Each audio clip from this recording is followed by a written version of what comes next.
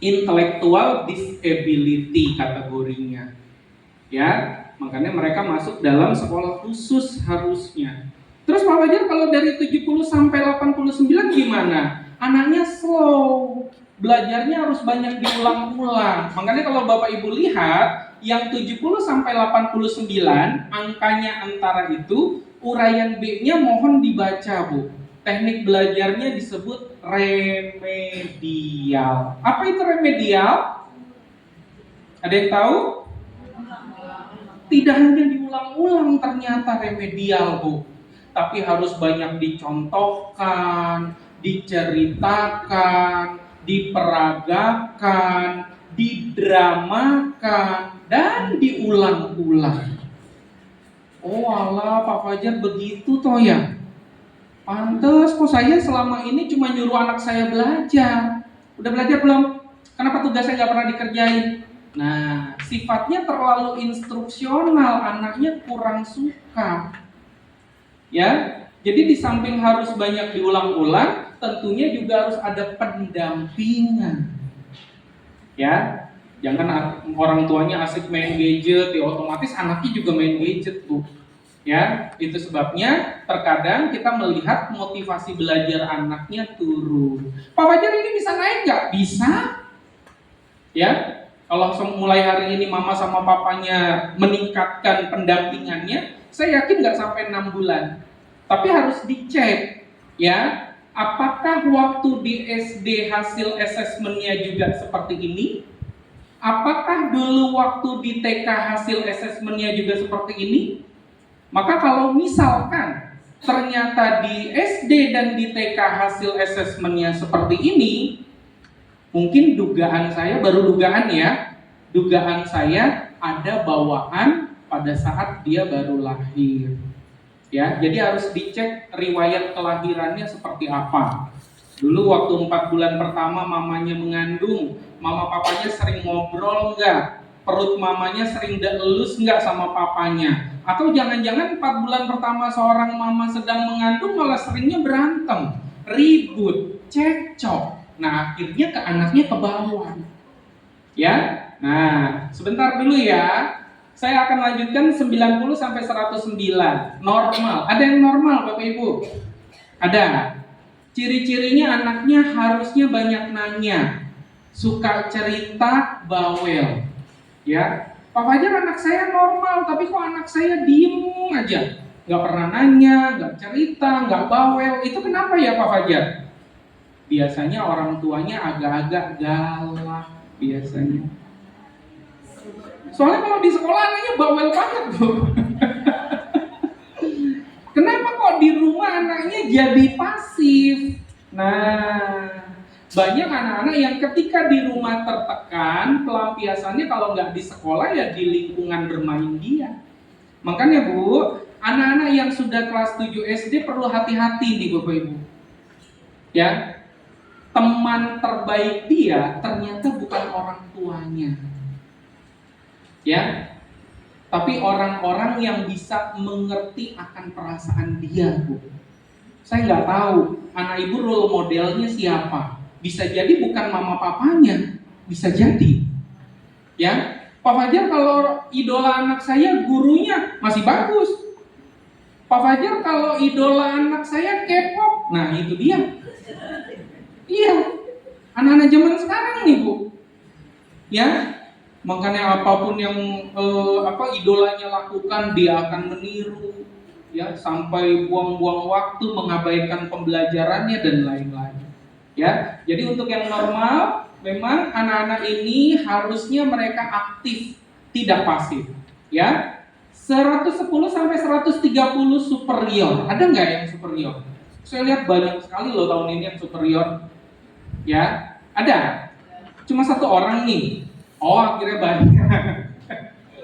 Pak Fajar kalau superior itu apa? Belum tentu anaknya pinter secara akademis ya Bu. Ya, yang IQ-nya tinggi-tinggi jangan senang dulu. Tapi kan Pak Fajar bukannya anak kalau superior itu harusnya dia pinter. Harusnya memang pinter.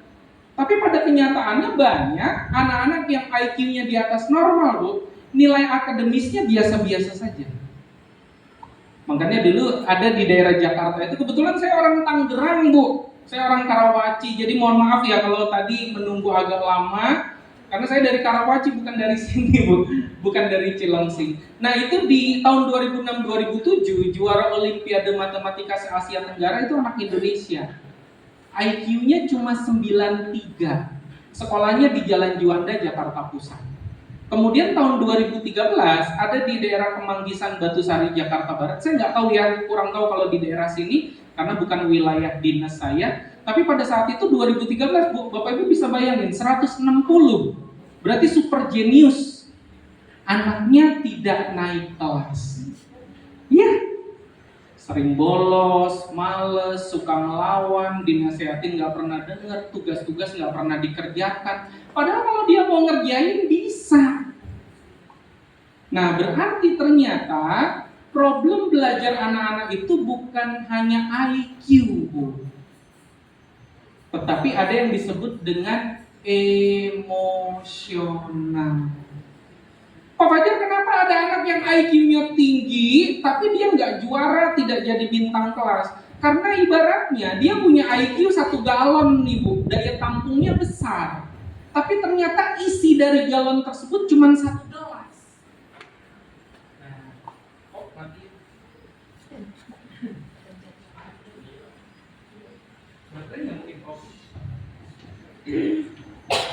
Atau waktunya udah habis jangan-jangan? Belum ya? Oke. Nah, jadi ibaratnya tadi dia punya daya tampung besar 1 galon, tapi ternyata isi dari galon tersebut cuma 1 gelas air ternyata. Makanya jangan heran Bu, karena isinya nggak full, galon itu kalau digoyang koclak karena isinya nggak penuh. Karena goyang itulah jadi gonjang ganjing kan. Anaknya jadi dalam keseharian yang muncul bukan kepandaiannya, tapi justru yang muncul kenakalannya. Nah, karena antara IQ dan EQ tidak berbanding lurus.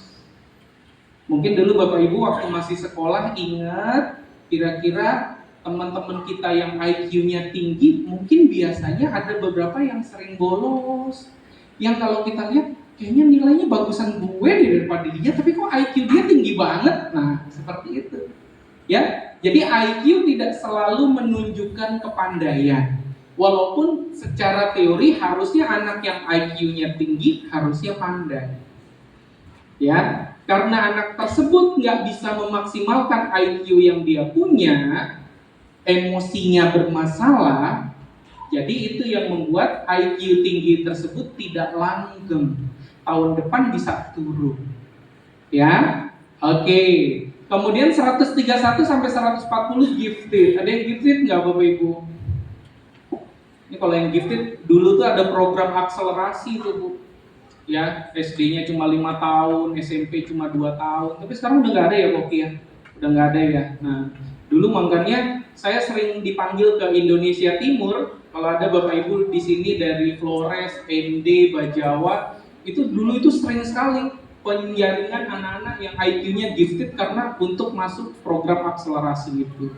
Ya, di atas gifted ada yang namanya 141 sampai 159 itu genius, di atas genius namanya super genius. Sekarang saya ingin tanya sama Bapak Ibu, mohon bantu saya Bapak Ibu ya, dari tingkatan IQ yang ini Bu, ya anggaplah 3 saja supaya Bapak Ibu nggak bingung. Ada anak yang borderline, ada anak yang normal, ada anak yang superior. Menurut Bapak Ibu, mana yang bisa berprestasi? Yang superior, yang borderline, atau yang normal? Yang mana Bapak Ibu? Yang normal apa superior nih? Apa yang borderline? Normal atau superior atau borderline? Superior. Berarti yang normal nggak bisa Bu? Oh bisa, nggak enak sama orang tua sebelah ya. Dilihat orang tua sebelah, aduh anaknya IQ-nya normal. Nah, Bapak Ibu nggak perlu khawatir ya, karena ternyata itu tadi kecerdasan sama dengan IQ dan IQ bukanlah kepandaian. Anak cerdas belum tentu pandai. Loh Pak Fajar, terus kalau kepandaian itu apa? Seberapa jauh seseorang telah memaksimalkan kemampuan IQ-nya sampai hari ini? Dengan cara apa memaksimalkan IQ, Bu? Ada yang tahu nggak? Dengan cara belajar. Sehingga di sini Bapak Ibu dapat jawabannya. Kenapa ya? Kalau saya pakai nada tinggi, anak saya tuh sengaja dia nggak dengar dan nggak mau melakukan apa yang saya instruksikan.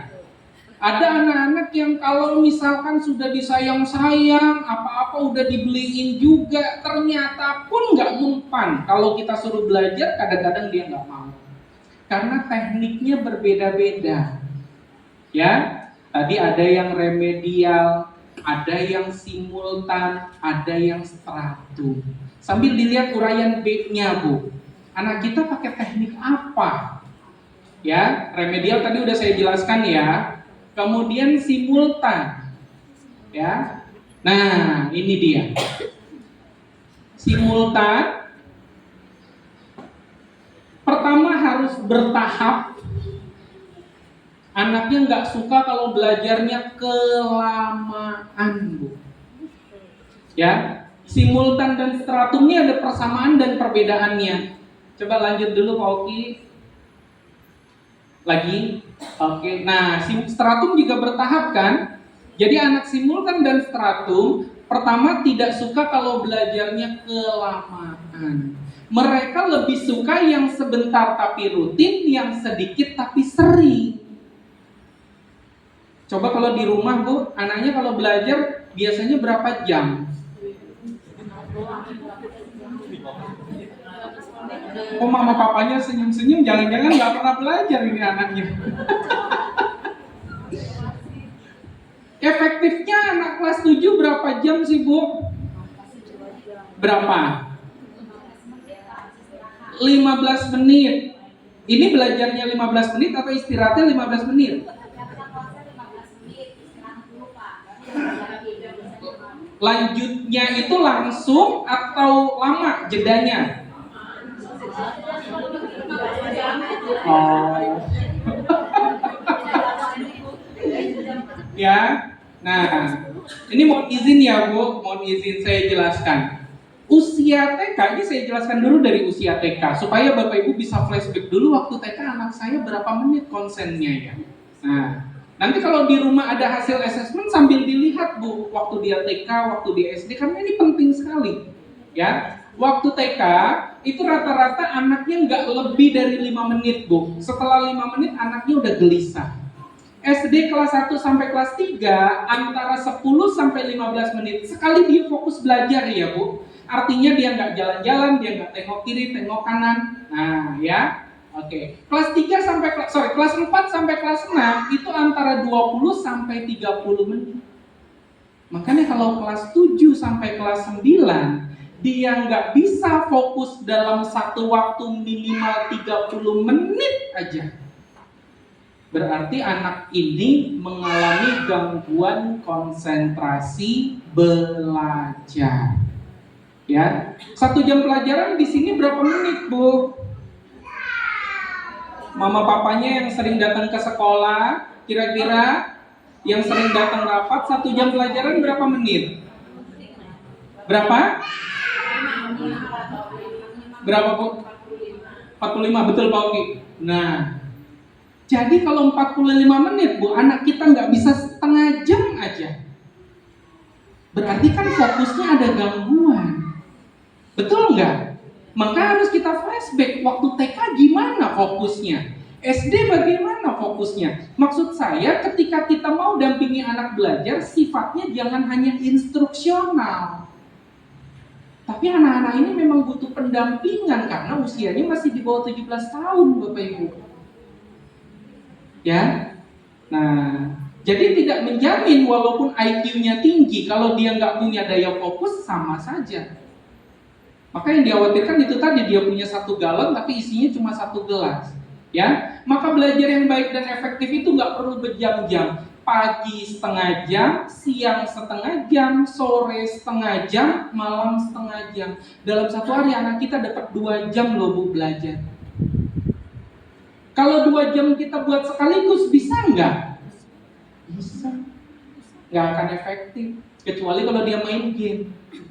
Bener? Iya. Ada orang tua yang jeli sekali nanya ke saya, Pak Fajar, kalau misalkan anak saya nggak bisa fokus, kenapa ketika dia main game kok dia bisa berjam-jam? Berarti kan daya fokusnya anak kita punya, betul nggak Bu? Benar nggak? Tapi kalau fokusnya dipakai untuk belajar, kok nggak maksimal? Kenapa kira-kira Bapak Ibu? Belajarnya di rumah tidak menarik, tidak ada pendampingan, sifatnya hanya instruksional. Jadi dia boring. Tapi kalau main game, banyak warna, banyak cerita, ya kan? Ada yang ngajak ngobrol, betul nggak? Kalau anak kita belajar sendirian kan cuma satu arah aja, Bu. Betul ya? Nah, maka Bapak Ibu kalau yang masih punya anak TK, SD, ini penting sekali. Karena ketika kelas 7 Bapak Ibu, anak kita tuh udah bisa kita teropong nih Bu. Ini anak saya nih Pak Fajar, nanti dia bisa nggak ya ketika besarnya nih dia bisa hidup nggak ya di atas kakinya sendiri. Artinya nggak tergantung sama orang tuanya. Di kelas 7 sekarang nih Bu. Ya, nanti Bapak Ibu lihat grafik warna merah ya, kemandirian, motivasi belajar, sama kebiasaan belajar. Kalau yang ada grafik warna merahnya berbeda judulnya, bukan kesiapan akademis, nanti mohon izin Bapak Ibu kalau berkenan mau konsultasi boleh. Ya. Jadi grafik warna merah mohon dilihat 3 saja, kemandirian, motivasi belajar, sama kebiasaan belajar. Minimal nilainya harus 80. 3 itu ya Bu. Minimal harus 80. Ya. Oke. Baik, kita lanjut lagi ya. Simultan Pak Oki, mohon maaf. Iya. Oke. Ya. Kita lanjut dulu ke sini ya Bu. Oke, nanti kita bahas yang ini, apa namanya, grafik warna merah, ya. Yang kedua berkesinambungan, jadi anaknya belajarnya nggak bisa loncat-loncat, harus berurutan dengan materi yang sebelumnya diajarkan. Ya, contoh misalkan kemarin ini saya kasih contoh sederhana saja ya Bu ya. Misalkan kemarin diajarkan A sampai F, hari ini ketemu sama gurunya ditanya A sampai F, anaknya nggak bisa. Padahal ada anak lain, kemarin diajarin itu, hari ini ditanya A sampai F, ada anak yang bisa jawab sampai Z loh Bu. Kira-kira kenapa? Pak Fajar IQ-nya beda kali. Ternyata pas dicek sama-sama normal IQ anaknya. Tapi ada anak yang IQ-nya sama, namun kepandaiannya berbeda. Ditanya A sampai F gak bisa, tapi ada anak lain ditanya A sampai F bisa jawab sampai Z. Kira-kira kenapa Bu? Karena kemarin ketika sampai di rumah, ada orang tua yang rajin mendampingi mengulang lagi anaknya untuk belajar tadi yang sudah dilakukan di sekolah. Ada yang kemarin ketika anak sampai di rumah tidak diulang lagi. Belajarnya baru pada saat mau ujian aja, mau ulangan aja. Nah, makanya apa yang terganggu, aspek apa yang terganggu Bapak Ibu kira-kira? Memori. Makanya anak-anak kelas 7 Bapak Ibu nanti bisa buktikan, dia lebih mudah menghafal pelajaran atau hal-hal yang bersifat menyenangkan. Bu, lebih mudah mana? Yang bersifat pelajaran atau hal-hal yang bersifat menyenangkan? Karena ketika sampai di rumah anaknya tidak diulang lagi untuk belajar. Jadi harus menggunakan teknik berkesinambungan. Ya. Yang ketiga, perbanyak kata-kata, harus detail Bapak Ibu. Ya. Anaknya nanya, "Mami, sedikit maksudnya apa sih?" Maminya jawab, "Sedikit ya sedikit. Masa sedikit aja nggak tahu sih? Kamu tuh kelas berapa ya?" Padahal memang ada anak-anak yang memang nggak tahu Bu. Tapi ketika bapak ibunya agak-agak sabar-sabarnya ditambah, kita jelasin sedikit bu. Oh sedikit ya nak, tidak banyak, separuh aja, setengah, sebagian. Oh setengah mah ya, ngomong atau mah dari tadi kalau setengah, kalau sedikit kan aku nggak ngerti. Ya, jadi ada anak-anak yang butuh detail bu, ketika dia untuk bisa menyerap materi yang diberikan. Tapi kalau misalkan kitanya jarang memberikan sesuatu hal yang detail, maka anaknya nanti akan kesulitan. Untung Bapak Ibu kemarin daftarinnya di sini. Iya. Coba kalau kelas 7 kemarin, mohon maaf ya, misalkan Bapak Ibu masukin ke sekolah yang jenisnya negeri misalkan. Oh, gurunya simpel-simpel, Bu. Iya. Selamat pagi anak-anak. Buka buku matematikanya halaman 5. Kerjakan 1 sampai 10. Selesai tidak selesai dikumpulkan. Paham? Nah, dijelasin kagak. Ya.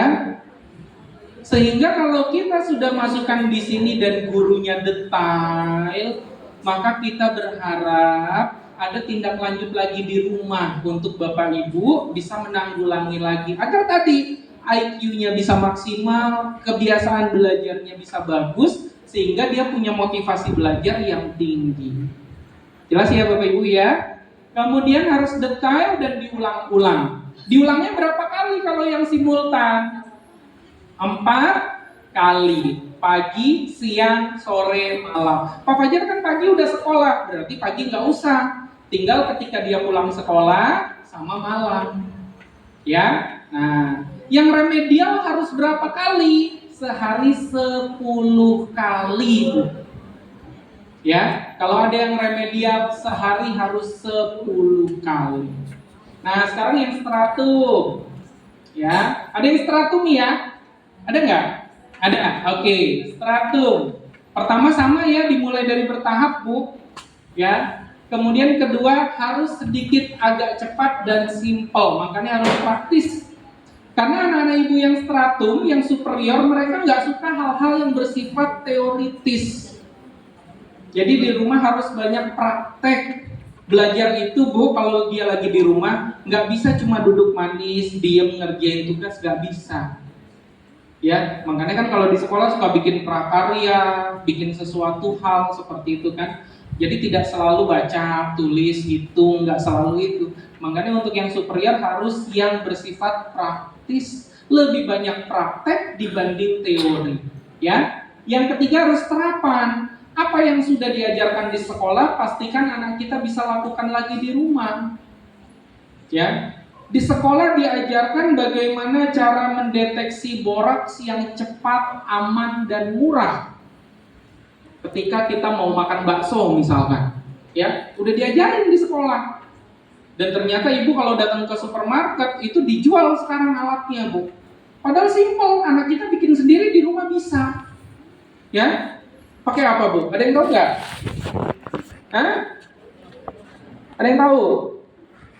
Ada yang di sini suka hobi makan bakso nggak? Hah? Nggak ada ya? Nggak ada yang suka ya? Oh, mie ayam deh, bakmi. Ada? Nah, jadi kalau Bapak Ibu hobi makan bakso, bakmi, ya, itu nanti minta anaknya, Bu, bagaimana cara supaya kita tahu bahwa ini aman kita makan? Anaknya paling cuma ambil tusuk gigi, Bu. Anaknya nanya ke ibu, nih, punya kunyit nggak? Oh, direndam dia, Bu, sama dia tuh dengan air kunyit. 1 hari 1 malam, besok pagi tusuk giginya diangkat, keringkan. Asalkan kita mau makan bakso, makannya besok, minggu depan nggak apa-apa, masukin ke plastik karena itu steril. Jadi nanti tusuk giginya warnanya makin kuning. Ketika ibu mau makan, tusukin tuh, Bu. Hitungannya cuma hitungan detik. Kalau kita bawa ke lab kan ibu harus nunggu 1 minggu paling cepat. Dan itu bayar lagi. Kalau tusuk gigi kan enggak. Ibu hitung 1, 2, 3. Kalau yang kita tusuk itu keluar merah-merah, nah yakin ada boraksnya. Bagaimana anak kita mau tertarik belajar kalau metode pengajarannya tidak menarik? Jadi mama sama papa mohon didampingi anaknya, karena anak kita punya potensi sebetulnya. Tetapi yang saya khawatirkan potensinya hanya dipakai untuk bergadget ria. Dia bisa fokus, tapi ketika belajar nggak dipakai daya fokusnya. Jelas ya Bapak Ibu ya? Oke, itu sebabnya banyak anak-anak yang IQ-nya belum maksimal. Oke, baik. Yang selanjutnya adalah yang gifted ada nggak? Kalau nggak ada saya lengkap ya. Yang gifted nama teknik belajarnya strata causa. Lanjut Pak Oki. Ini yang genius. Genius dan super genius nama teknik belajarnya causa activa. Ya, oke. Sekarang Ibu boleh lihat uraian C dulu. Apa judulnya Bapak Ibu? Oke, ada yang logika enggak? Ada logika. Pak Fajar, anak saya ini kalau mau les cocoknya les apa ya? Nah, lihat yang uraian C-nya Bu. Kemampuan yang mulai tampaknya di bidang apa? Kalau logika berarti kan pemikiran sebab dan akibatnya bagus. Ya. Makanya anaknya kalau suka tuh permainan-permainan Lego, puzzle, ya. Sehingga kalau mau les ya di bidang logik seperti robotik, komputer, science, ya. Nah, kemudian ada yang aritmatika. Aritmatika ada? Ada. Kalkulasi hitung-hitungan. Ya, kalkulasi hitung-hitungan. Tapi Pak Fajar, anak saya kok nggak jago matematika ya? Kenapa anak kita nggak jago matematika padahal kemampuannya ada di aritmatika? Ada yang tahu nggak Bu? Karena matematika itu butuh rumus. Sedangkan mungkin anak kita ada hambatan di memori. Jadi kalau dia nggak hafal rumus, mandek udah langsung. Tetapi jangankan rumus Bapak Ibu. Ini yang belakangan ini lagi viral, kadang-kadang hitung-hitungan aja nih Bu. Misalkan kita kasih deret angka nih. 1 tambah 2 tambah 3 tambah 4 tambah 5 sama dengan anak kelas 7 Pak, Bu, ngitungnya masih begini. 1 tambah 2 habis 1, 1, 2. 2 tambah 3 habis 2, 2, 3. Habis 3, 3 tambah 4 habis 2, 2, 3. Masih begini ngitungnya. Harusnya kan dia sudah bisa. Padahal deret angkanya angka-angka basic. 1 tambah 2 tambah 3 tambah 4 tambah 5 berapa? Tapi ngitungnya masih begini. Nah, masa kalau ditanya 5 tambah 4 masih ngitung Bu? Habis 5, 6, 7, 8, 9. Kelas 7. Ya. Nah, makanya yang lagi viral belakangan ini kan ada anak-anak SMP bahkan SMA yang belum bisa ngitung, belum bisa baca. Ya. Nah, tapi kalau saya lihat sih di sini kemarin pada saat pemeriksaan psikologis ngitungnya bisa. Hanya saja memang begini Bu, nanti Bapak Ibu perhatiin ya kalau anaknya lagi belajar di rumah yang berkaitan dengan angka. Ada beberapa anak yang saya lihat kecemasannya tinggi. Dia ini udah jawab, udah nulis nih, isinya udah ditulis sama dia. Sama dia dihapus lagi. Karena dia nggak yakin dengan jawabannya. Pas saya periksa, jawaban awal yang dia hapus itu ternyata betul. Yang dia ganti dengan angka baru, salah. Dan dari 10 soal, kalau yang dihapus lebih dari 5 Bu, berarti kan ini ada indikasi kecemasan. Anaknya ini cemas, takut salah, nggak yakin. Kenapa kira-kira banyak anak yang cemas Bu? Ada yang tahu nggak? Karena ada beberapa anak yang tipenya perfeksionis. Dia nggak mau salah, pengennya betul. Ya. Kemudian juga ada beberapa anak yang ketika dia salah, dia merasa, wah nanti aku akan diomelin nih. Kalau nilai aku jelek pasti diomelin nih. Nah, itu sebabnya jadi kepercayaan dirinya jadi kurang. Makanya dalam pemeriksaan psikologis itu, 1 Bu, nggak boleh pakai penggaris, yang kedua nggak boleh dihapus. Saya nggak tahu dia nemu hapusan di mana. Kok saya lihat dari 10 soal kira-kira ada 6 yang dihapus sama dia. Dan itu salah semua. Tulisan awal dia justru yang benar. Ya, Jadi mohon dilihat apakah anak kita ada indikasi gangguan kecemasan atau tidak. Karena kalau ada indikasi gangguan kecemasan berarti ini ada problem psikologis lain. Ya. Nanti semisal nih Bu, dia kalau misalkan ibu minta dia anaknya rapih kan? Anaknya rapih. Tapi ketika berantakan sedikit dia bisa marah-marah. Terus kalau yang parah dia jalan begini nih Bu, di lantai, keramiknya dihitungin sama dia. Ada. Nah, ada yang seperti itu. Terus kalau kita ajak jalan keluar, itu kan biasanya di jalan raya banyak pohon ya. Pohon itu dihitungin sama dia. Nah, itu kalau kecemasannya sudah mulai meningkat. Ini hati-hati. Dan ini banyak dialami oleh anak-anak perempuan. Anak laki-laki ada, hanya saja sedikit. Lebih banyak anak perempuan. Ya, baik. Kita lanjut lagi. Satu lagi persepsi. Ada yang persepsi?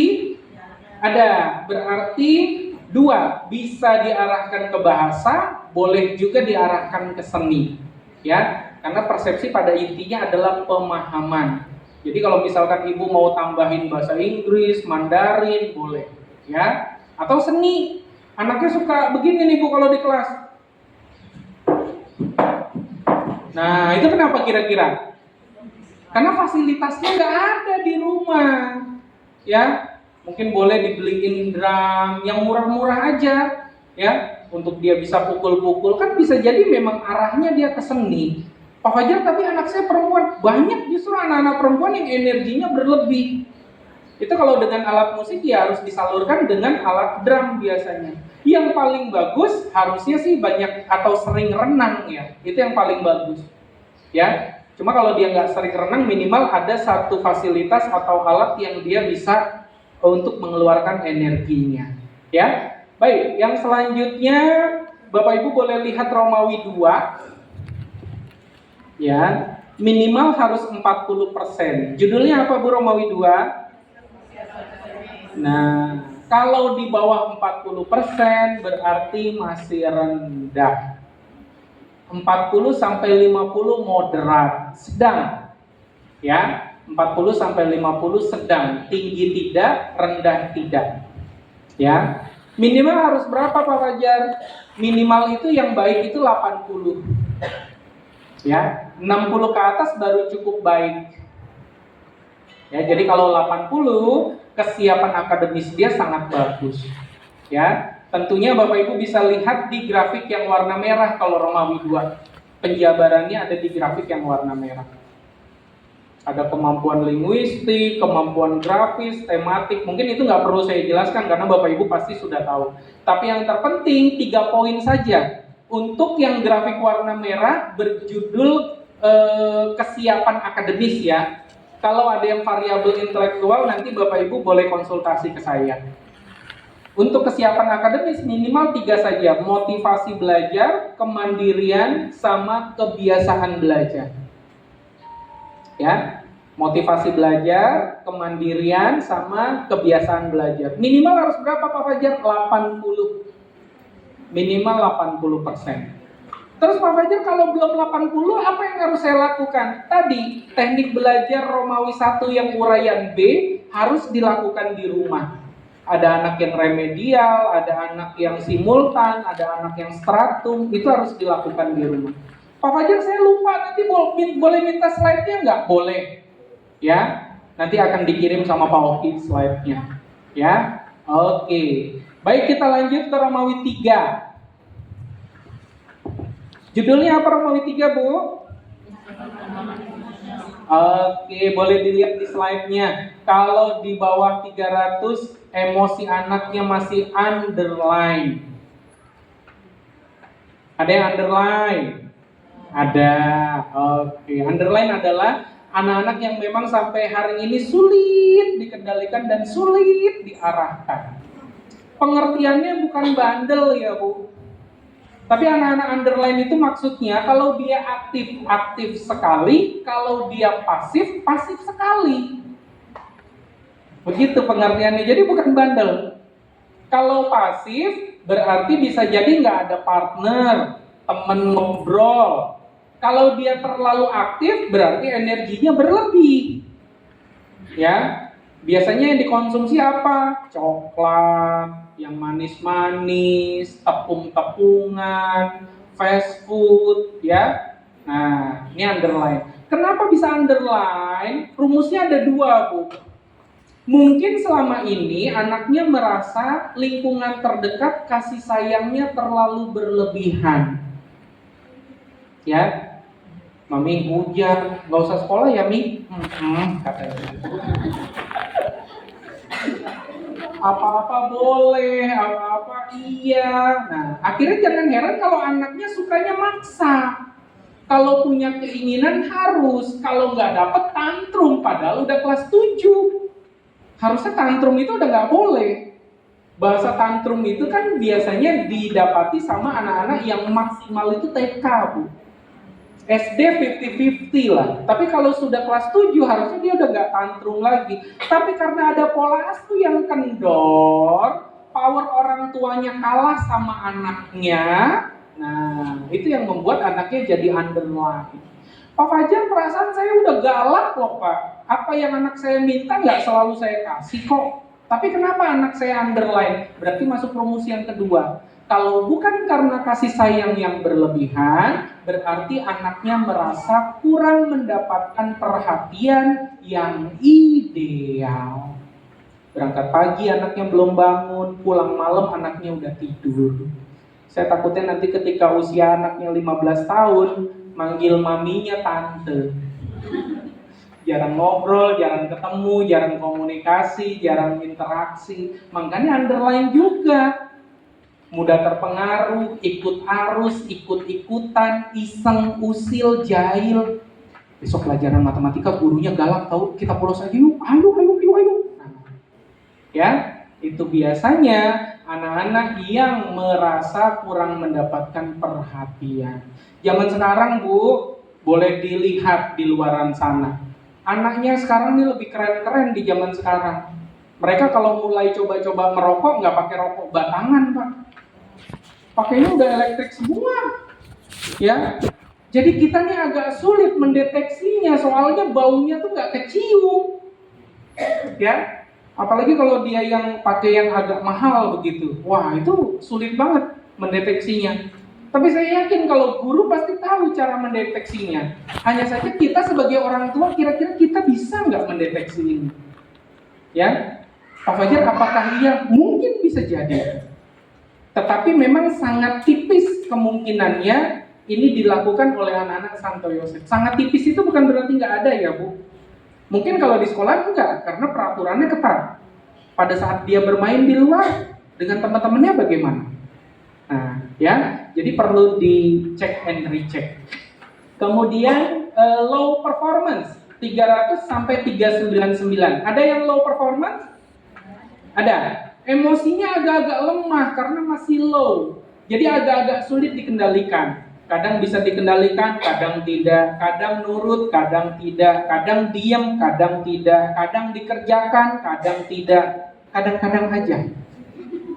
Ya, Pak Fajar kenapa kok bisa kadang-kadang aja? Nah, karena nanti Bapak sama Ibu coba ini ya, bertanya dalam hati benar tidak? Karena anak-anak yang low performance merasa sampai hari ini mama papanya di rumah belum kompak. Papanya A, mamanya B. Perselisihan, perbedaan pendapat selalu ditampakkan di depan anak. Akhirnya apa? Anaknya jadi labil. Dan ini salah satu pemicu anak jadi pemilih, Bu. Piki-piki jadinya. Ya, entah itu makanan, ya, dan lain-lain pokoknya. Karena kenapa? Dia merasa ada salah satu orang dewasa yang lebih pro ke dia. Ya, misalkan nih contoh, papanya ngajarkan kedisiplinan misalkan. Tapi pun biasanya rasa nggak tega yang berlebihan itu kan dari seorang ibu, biasanya. Ya, nah ibunya merasa papanya terlalu keras, padahal bukan keras, tapi tegas. Kecuali kalau papanya udah main tangan ya Bu, nah itu juga saya nggak izinkan. Tapi kalau untuk disiplin dan ketegasan itu wajib.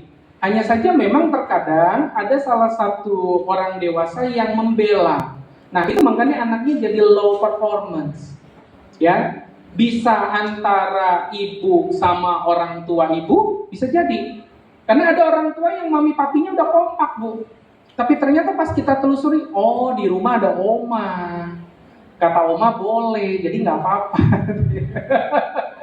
Misalkan begitu. Jadi ada anak ini punya tempat perlindungan jadinya.